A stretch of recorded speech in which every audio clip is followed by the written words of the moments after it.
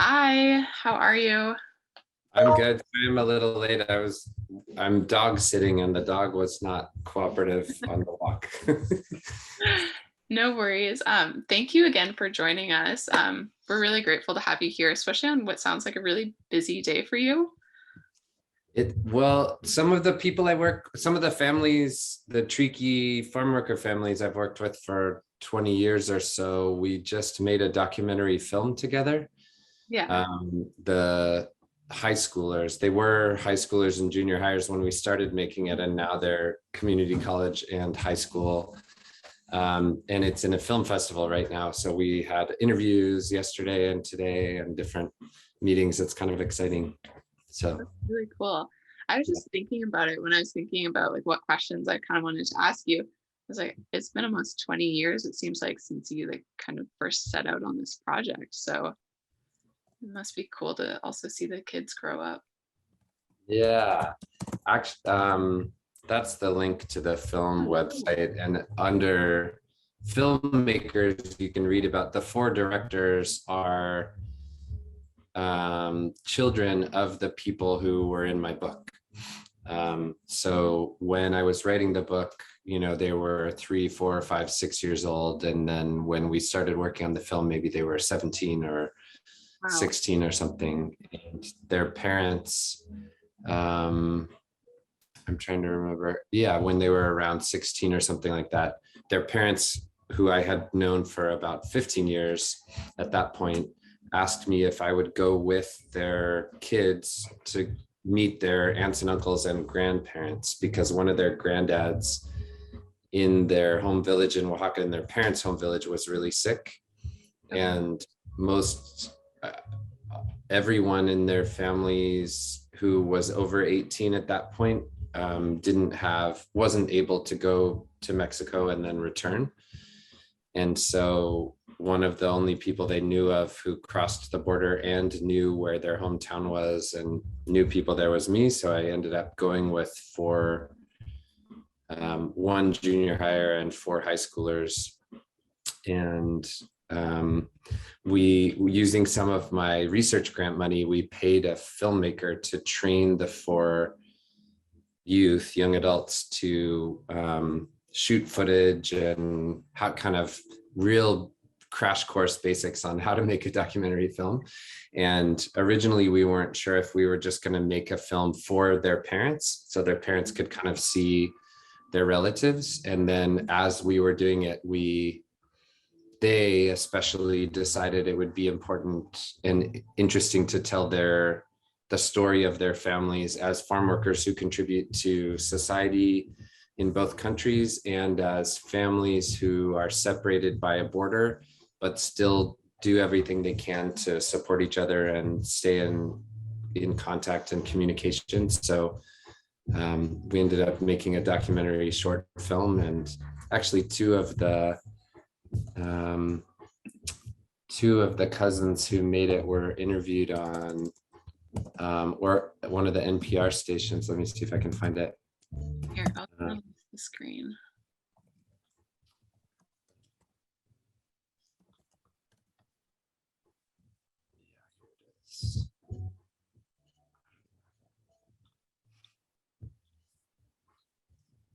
Put in a link. So they were interviewed on NPR about kind of why they made the film, and it's fascinating.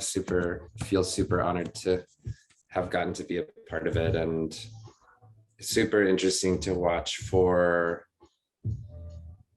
binational indigenous young people kind of film their families and their own story, and then be part of the whole editing process to decide, which scenes do we want, which scenes do we not want, how do we want our story to be told, and how do we want our story told kind of to our families, but also how do we want our story told to US society, who often forgets that we exist or thinks that we're the same as everyone else they call Latinx, or treats us with disrespect or discrimination as farm worker families, things like that. So I feel super honored to have been a part of it.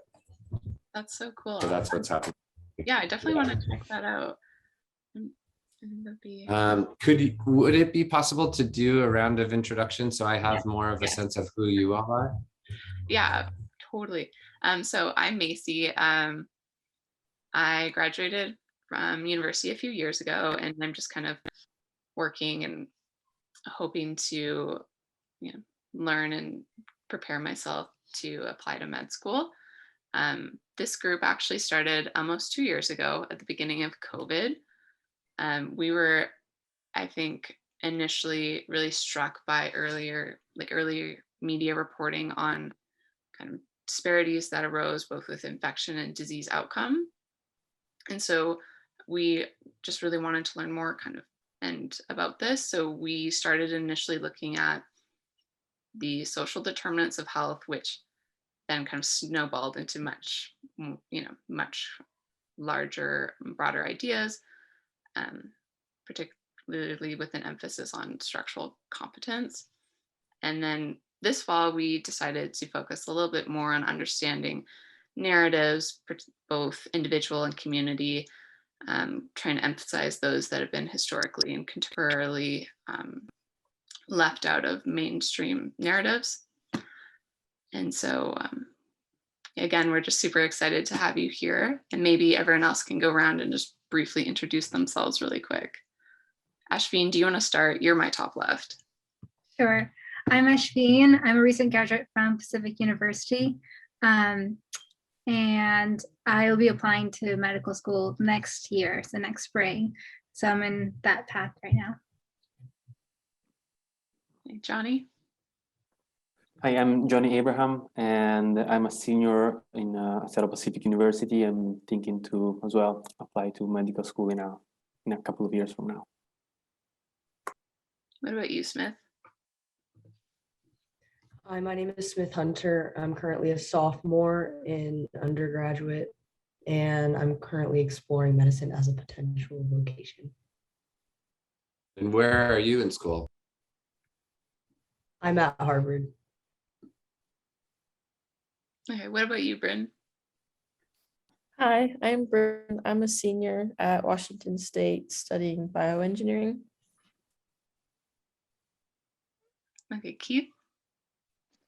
Hi, I'm Keith Hunter. I am a sophomore in high school at the Overlake School. And you grew up in this area, right, Dr. Holmes?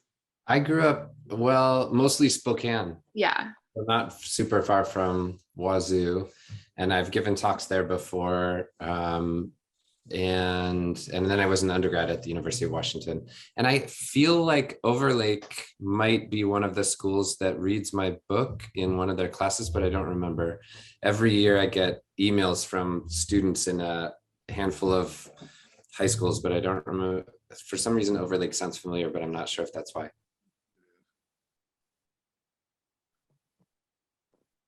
Yeah, I think maybe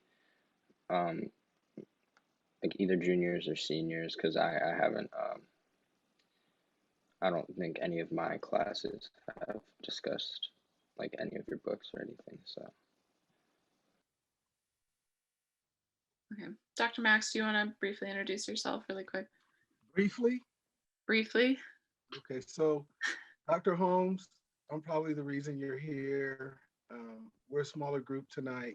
I'm Max Hunter. I study history of medicine, history of science, among other things. But before I left Washington State to go back east to study, I discovered Arthur Kleinman in medical anthropology, among other fields. And so when I was back there, I took classes with Kleinman and Charles Rosenberg, and everybody got to hang out with a lot of folks in the history of medicine, history of social medicine. And so eventually when I came back, I started a pre-med program that had 7 pillars, and one of the pillars were narrative medicine. And I was just trying to find a way to integrate give my students a more expansive view of medicine and help them understand the social determinants of health and social factors impacting health, as well as ethnography, as well as narrative, to help them prepare for medical school, but also just thinking about their careers in healthcare. And so one of my frustrations was that there weren't more books written by anthropologists about medicine, but your book is one that I discovered on my own, but also is taught at the University of Washington in the Overlake School, where I'm on the diversity committee, and I'm on some other independent school board. My other son's diversity board and stuff like that. So, and I've worked in summer programs where we've taught the book. So I'm really excited about being able to have this conversation with you. I have to say, it's Macy's. It was Macy's idea, really, to reach out to you and to bring you in, and but I think it's timely, and I'm glad that you were willing to have this conversation with us. Sure. So part of me, someday maybe we could have a conversation, either Zoom like or in person, where a couple of the people from the book could join us. Most of them don't have Wi-Fi and computers to do Zoom, but the younger generation can do it on their phones. And when we've given talks in Washington, Oregon, California, usually related to the book, usually one of the families comes with me, and that could be kind of an interesting thing. But now, if you want to hear from them, you can look at the trailer of the film or hear them on Oregon Public Radio. But if there was a time that made sense in the Seattle area or something, I bet, or California or whatever, I bet one of the families would be happy to join. So thanks for bringing me. It's interesting to meet you all, and thanks, Max, for your work. I'm going to put, I don't know how, in 2011, a group of us, partially inspired by Kleinman and his work, did this special issue of a journal that he founded, actually, Culture, Medicine, Psychiatry, where almost all of us are MD, PhDs, anthropologists, and medical doctors. And this special issue was different articles where the anthropologist in us analyzed the process of becoming a doctor. And we actually just, like, last week, proposed a new special issue that's basically kind of similar, the same, but now most medical school curricula have a lot more global health in them. Right now, they have a lot more awareness of social inequalities, racism, capitalism, nationalism, anti-immigrant prejudice than they did even a year ago, partially because of all the news about COVID, partially because of Black Lives Matter movements being renewed a year ago last summer. And so we're going to do a new special issue that I'm sure it'll take at least a year to come out, also in Culture, Medicine, Psychiatry, sort of a new version of how are we as human beings changed as human beings, and the way we see the world, the way we see ourselves, the way we see other human beings, the way we see social difference, the way we see what people deserve and don't deserve as we become doctors. So if that's interesting, there's a link to that there. And then related to COVID and inequalities, I wrote a super short piece, kind of largely, I had been reading Frantz Fanon, who was a medical doctor, psychiatrist from Martinique, I believe, who joined liberation movements of countries in Africa against colonial powers, and wrote amazing books about colonialism and racism and health and medicine and mental health. And I had been reading him write about solidarity and how different groups of people need to be in solidarity with one another in order for us to change systems. And so I wrote this piece. I was getting annoyed by all the focus on only social distancing as this behavioral practice and not on the need for systems change and solidarity. So I wrote this super brief piece. And then a group of us led by a medical anthropologist who also did an MPH wrote this article, and I think all of those are open. Well, Culture, Medicine, Psychiatry might not be, but all the other ones should be open access. it's a group of MDs and medical anthropologists who together looked at social inequalities in, I might not have sent you the right, I sent you to the abstract, but I guess I didn't send you to the full text, but you can click on it. Looked at different forms of inequalities related to race, class, immigration status, specifically in LA, San Francisco, and Detroit. And that was a super interesting project to work on because there were people in each of those sites writing about what they were seeing. And then we tried to tie it together to think about what can we see about how inequalities are functioning through racialization and racism and through geographic inequalities and geographic racialization and geographic segregation of where testing centers are, where resources are, where water is. And it was fascinating and frustrating or angering, you might say.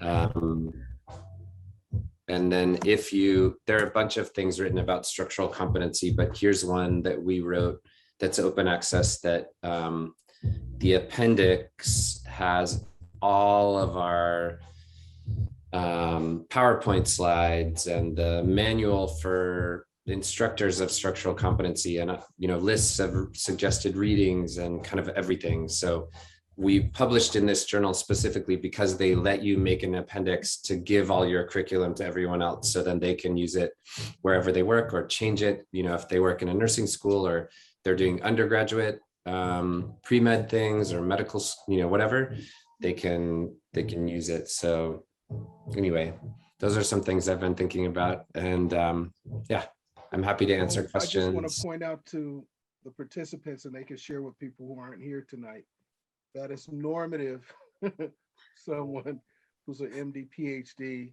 to share numerous reading opportunities for you with the expectation that you might read them. You might. Yeah. I'm used to being a professor and a mentor of PhD students and saying, think about this, here's some readings. Yeah. I think I do it less than Kleinman does though, but I still probably do it more than most. Well, I think it's great, it's great and needed, but students may not be exposed to it that much. Yeah. No, this is great. Thank you so much for sharing that. We'll Sure. definitely share amongst us. So I usually don't start off, or I try to remain in the shadows, but we're kind of short today. So I just want to just touch on something that you talked about. You probably didn't mean the same thing, but this is related to the experience that I had teaching the book. Mm-hmm. But also what you said, the trajectory of physicians and what they learn as they become Mm-hmm. physicians, especially about social inequalities and all that. I've worked with the AAMC and trying to explain holistic admissions to minority serving institutions, but other institutions as well. My big piece is the personal statement, because I think the personal statement is an instrument of reflection more than a document to persuade, an essay to persuade medical schools to let you in. But I think it's an opportunity for candidates to reflect on their preparation and their formative moments. So one of the experiences I had was, so I had a student from from Sunnyside near Yakima. And, SPU, where I used to teach, is a kind of a pipeline for Latinx students or, Mexican students or Mexican American students out of that area. But this young lady was a white young lady, and her formative moment in what medicine and what made her, according to her, what made her think about a career in medicine was breaking her arm as a toddler near the growth plate, and then not receiving a proper diagnosis or whatever, and then still experiencing pain, and then going to a doctor in Yakima and discovering how severe it was, and then needing to drive to Seattle to, Children's Hospital, which is a, story for all the folks who are on that side. Her parents, who I didn't know what they did until we read this book, were able to take her immediately to the hospital, to drive over and pay for a hotel and all the stuff that they needed to do to support her care. and I knew her, this student, she was engaged me pretty frequently from the time she landed on campus. And she was, had all these ideas about starting clubs and this and another. And so as she was a junior and we read this book, she, I had never asked her what her parents did for a living. And she said she owned a dairy farm. They owned a dairy farm in Sunnyside. And they hired a number of Latinx laborers. And she was totally oblivious to this narrative. And that was mind boggling to me. Like that her parents could have this dairy farm, they could have these people working with them. And I mean, maybe I'm naive, but that her life was so disconnected from their lives that all of this was like jarring and surprising to her. And I was wondering if you had any thoughts about that, like how, I mean, because I think it's kind of could be used as an analogy for our world, right? It could be an analogy for at least like how we're, you know, because this is part of this is about food consumption, right? Yeah. And Yeah. then how disconnected we are from it, but the cost of the avocado that we use for guacamole on our tacos, or you know, you're not talking about avocados, but you know what I'm saying, strawberries. Yeah. I think that's a super good point. We, in many ways, with farm worker families, farm workers who, most of whom are from Latin America in the US, many of whom are indigenous and speak different languages, not Spanish. They don't, like all the families I know, they didn't learn Spanish until they moved to the US, because then they had to work with people who assumed they spoke Spanish or who were mestizo Mexican themselves. So Spanish became their second language when they were in the US. And then of course we have Haitian farm workers in different parts of the country, et cetera. But their bodies and the ways that our segregated labor market that only allows them certain kinds of jobs, that makes it very hard for them to have the kinds of jobs that we want to have. The ways that their bodies are affected by that work directly provides food that all of us eat. You would not have the carbons and hydrogens and oxygens. You would not have the parts of the molecules of the cells in your body that make up you without the fruit and vegetables that individuals who many people are super racist and prejudiced against feed us. Like one of the farm workers that I work with told me when Trump was proclaiming things against immigrants, he said he would not have the energy to say those things or sign those documents without food that farm workers harvested. And that's true. You know, our bodies are like actually connected in you know, kind of physical sort of biological ways. Like the pieces, the molecules, the energy that's in the fruit and vegetables that farm workers collect with their hands and their bodies and bending over to do this work that other people don't want, provide, you know, becomes our bodies and our energy that we live with, that makes us healthy, that gives us energy to do our work, to study, to take on projects, to learn new things, to either be respectful towards immigrants or be racist and prejudiced, to vote for people who support immigrants or against them. And so, but I'm actually going to put someone else's article.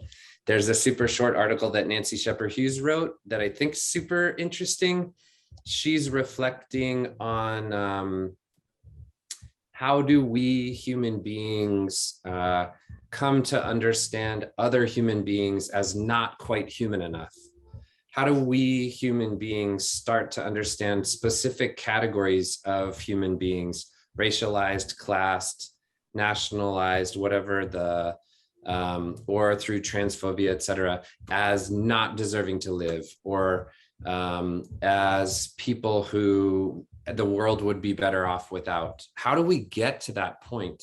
And so in her article, she's thinking about that broadly, and she's reflecting on her own experience taking care of her elderly parents in a nursing home, and some of the ways that we get used to little forms of everyday small violence against people, and we become sort of blind to it. There are people in my book, I use a little bit Jean-Paul Sartre, the French philosopher, who writes that when there's something that we know that's too uncomfortable for us to know, we consciously, we like knowingly don't think about it, or we almost knowingly unknow it. And he calls that bad faith. Things that we know are out there, but we don't think about it. We pretend it's not there. We think about all the other things. And with homelessness in California or in lots of cities in the US, with farm workers who live really difficult lives. I don't know any farm worker who is able to work after they're 50 years old because they've been injured so many times. Everyone I know who by the time they're 50 years old they're disabled, they're unable to work. There are lots of examples, but every day walking by in Berkeley, walking down Telegraph Avenue past people who live on the streets, the automatic thing that comes to our mind that we've learned, according to Michel Foucault and other social theorists, that we've learned by living in a society that is segregated, that has large inequalities, that is based through the capitalist economic form on separating us as individuals from each other in some ways, starting to understand ourselves as individuals who interact primarily through like transactions, as opposed to a society or a community that is in solidarity together to make things better together. That's not really the society we live in. We mostly live in a very individualist society. And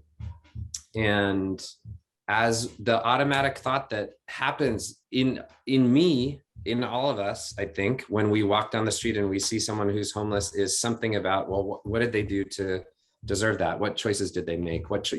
I'm busy, I work really hard, I deserve the money I have, blah, blah, blah. That's not really true. I don't deserve the money I have. None of us deserve the educations we have. Like, we work hard, yes, and that's awesome. And it's powerful to get educations. And there are lots of other people who work really hard who don't get the opportunities we get. And we live in a society that allows these inequalities and even kind of builds on them.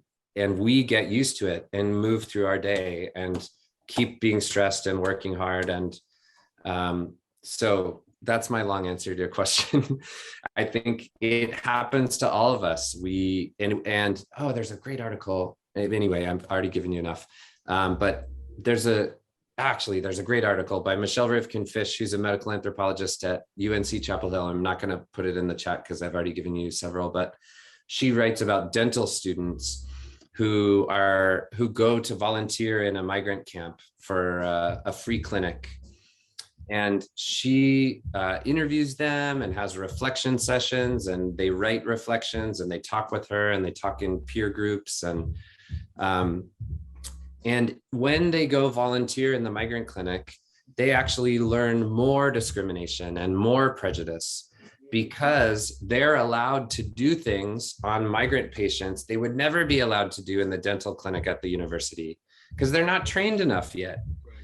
And part of the reason they volunteer is also to get to practice on someone. So they learn all the time with their volunteer faculty who go with them that these people don't deserve as good of care. Well, that's interesting because the AAMC took up global missions work where students would go globally, and they produced a white paper saying why students shouldn't do this. And it's for the same reasons, because they were doing things they shouldn't do. I'll just make a little comment and then let someone else ask a question. Is, Seattle, I don't know, when was the last time you were here? Oh, like 3 weeks ago. Yeah. When you come here, do you go to Green Lake or any place like that? I haven't been to Green Lake in a long time. Yeah, but one of the things that's happened is on the west side of Green Lake and then in Lower Woodland, there's almost like a village of homeless people. And I try to walk there every day, but probably it's been like 3 to 5 days a week. And one of the part of what's a consequence of that encampment is like kids can't run cross country there. But the thing that blows my mind is how people just, even though we know people don't want it to be, don't want that encampment to be there, they walk by as though it's not there.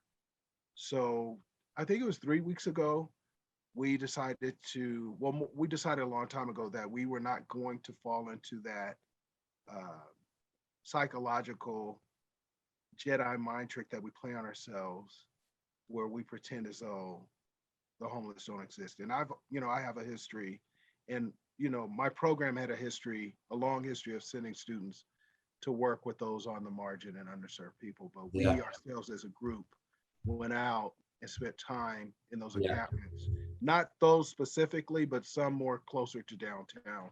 So we get what you're saying, but we're also trying to break up that.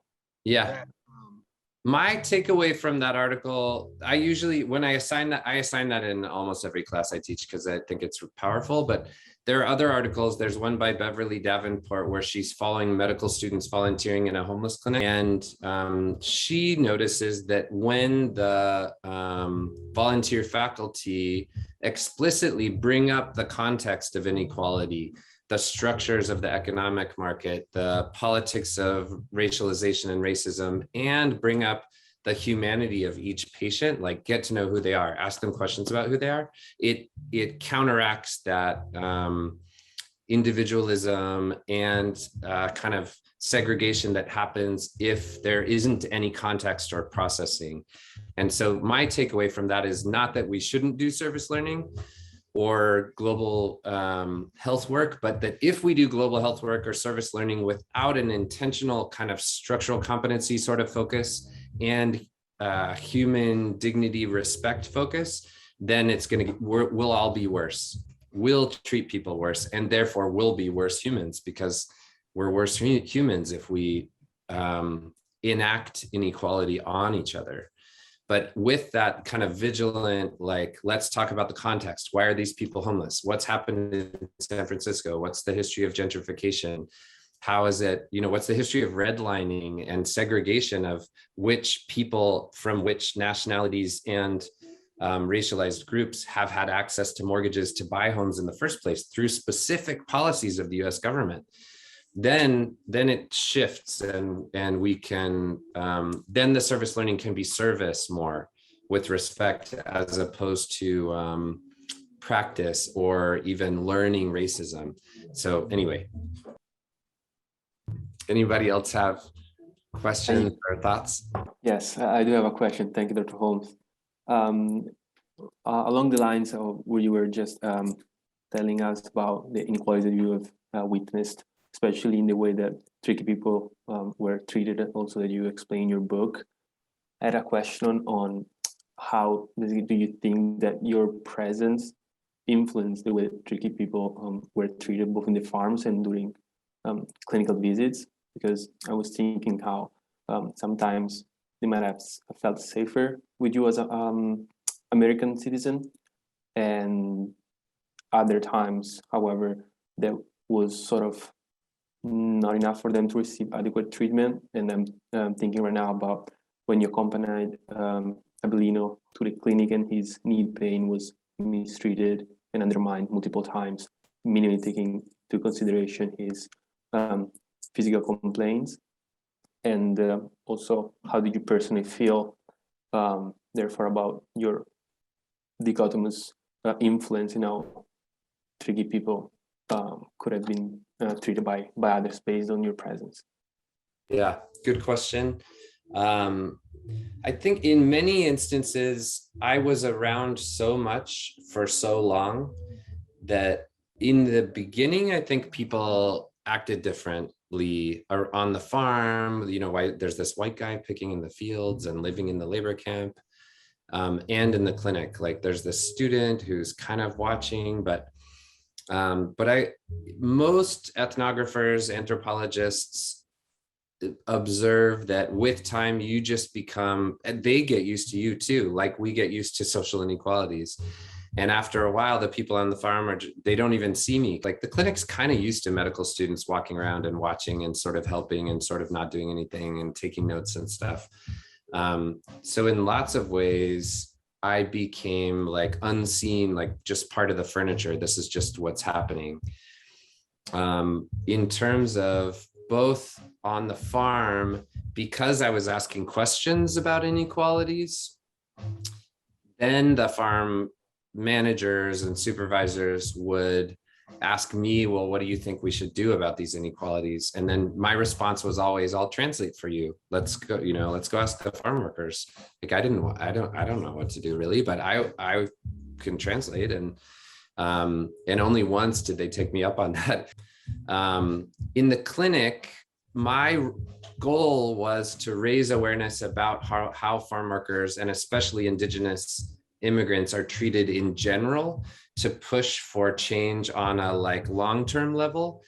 And so like, for example, with the young Triqui woman who gave birth to a baby prematurely actually in Seattle. Let me think. When she was released, the doctor said something about, or when she and her baby were discharged, the pediatrician said something about, when you get home, make sure to keep the baby's nursery room between, 68 and 72 degrees. And I just watched to see how the Triqui family would respond, how the interpreter would interpret it. And then I let it happen because I didn't want to write about what happens when there's a white guy intervening all the time, who's a medical student. That's might not be super helpful for people to understand. I wanted to write as much as possible about what usually happens. So I watched what happened. The Triqui family was super thankful and super respectful. The pediatrician felt like he did a really good job. And the Triqui family started to leave. And then I went to the pediatrician after that, after I knew what was happening. And then I went to the pediatrician, actually, they live in a one-room kind of shack cabin with plywood walls, and there's no heat and there's no air conditioning and there's no thermostat. So just so you know, like, I don't know if you have any different advice about how to take care of their newborn baby who's born prematurely now. And then he was like, well, I need to think about that. Because I think he had imagined that everyone lives somewhat like him. The baby has their own bedroom. We have our own bedroom, their thermostats, And then kind of impressively, actually, he was a pediatrician who had had as a mentor Lorna Rhodes, who's a retired but amazing medical anthropologist from the University of Washington. And so I think he was like extra open-minded and thoughtful, but still kind of forgets that people aren't all like him. But then impressively, he was like, I want to come visit. Can I come on Saturday? I'm not working on Saturday. So then I talked with the Triqui family and they were like, sure. And I said I could meet him and I could interpret. So he came and like they showed him where they live and he asked questions. And then he kind of figured out how, getting donation of a blanket and plug in, those like safety heater things, which doesn't change the system. It doesn't undo racism or nationalism or capitalism and inequalities, but it does show respect for those people who feel very differently treated by a doctor. And it does change some potential outcomes for the family. And I think as people in medicine and in healthcare, we have to be thinking about both those levels. Like, how do I help this individual? How I can, how do I respect them as a human being who deserves as much respect and as good of care as me or my parents or whatever? And how do I, as a healthcare provider who has who's listened to extra in this society, work towards long-term change so fewer people are living in these crappy conditions in the first place? I think both of those are important. And I have like 2 more minutes and then I have to go to another interview. So maybe, I don't know if 2 people want to ask questions and then I'll try to answer really quick. I'm not good at quick answers. I think you touched on my question quite a lot, because my question was basically about seeing how, understanding you're both a physician and also a cultural anthropologist, like how do you see like the future role of physicians? Like how do you think, with the focus more on humanities, how do you think there's improvement in the field? Anybody else have a question to add? My question was not necessarily short, but I think mine is touching more on the idea of the repeated theme that you heard from those you were working alongside, that doctors don't know anything. And I think my question was more on, I'm sure that the healthcare workers that you interviewed were not necessarily unintelligent people. And I was wondering if you could kind of touch on the discrepancy between those two. Yeah, those are kind of related. So, okay, wait, Ashvin, you have to remind me a little bit what your question was. How do you see the role of a physician improve? Like in the Okay.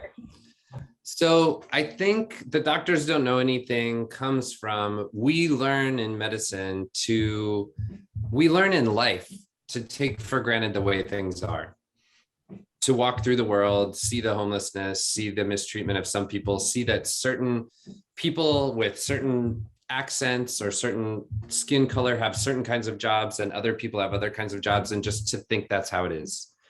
And when the tricky people saw doctors treat them like they should be, of course you're sick, you're tricky, of course your knee's broken because you're a farm worker, you should be a farm worker, you don't know how to bend over, all those kinds of things that they living it day to day are just like, this person does not get it. And so it's not that those doctors, actually, many of them were really well-meaning. But in general, they saw health as the outcome of behavioral choices, like you bent over wrong, or of kind of cultural lack of knowledge. I need to educate you about something, not as the outcome of political inequalities, social inequalities that push certain people into environments that are more risky for injury, for diabetes, that make it so that healthy food is super expensive and unhealthy fast food is cheap, all those things. And what the tricky people see that stuff. And so then having the doctor blame them is just like, they don't know anything. And then I think the answer to that in many ways is something like a mix of cultural humility, where we don't assume we know everything about everyone. Old school traditional cultural competency can be stereotyping and I think actually racist. But the ways that cultural competency can be cultural humility can fight against that. And then structural competency, where we're just trained to, like those doctors in the homeless clinic, like to think about context, where are inequalities coming from, and so that we don't see it as coming from behavior, we don't see it as coming from lack of knowledge or culture. And within that, what Helena Hansen has called structural humility, where we kind of come in solidarity with our patients and say, I want to support your community, your neighborhood, because I keep seeing these lead poisonings, but you got to teach me a little bit. Like, I want to come alongside what you already know and respect your knowledge. And I want to come alongside what people are already doing. Sure. Ask a question and then I really have to go. Hi, so based on your earlier comments on how actions have consequences, how did you become interested in human formation, medical training, and practice? In some ways, I became interested, because as a medical student, I was already an anthropologist. And when I see patients in the hospital, the anthropologist in me watches the doctor act. And I see myself having to, not be able to do everything because I only have 15 minutes. And the anthropologist is like, it's not what you want to be. And then, but a lot of it came from writing the first book with the tricky farm worker families and seeing how they were mistreated. And then knowing that the doctors I was working with were like cool, idealistic doctors, but seeing this disconnect between idealistic doctors, but who have been given this behavioral and cultural frame to understand things and not a structural frame. And then the people they're treating who are like, you don't get it. So then I started to think through more, well, how can we understand the formation of a human being and the formation of a clinical perspective or clinical gaze. And I thank you all for having me, and I'm sorry I have to go. No worries. Thank you so much. Man. Thank you so Thank much. you. You all, Publish your books. hopefully I'll get to meet you all up in Washington State or Boston in the That would future. be lovely. That'd be awesome. Okay, ciao. Thank you. Thank you so much. Thank you.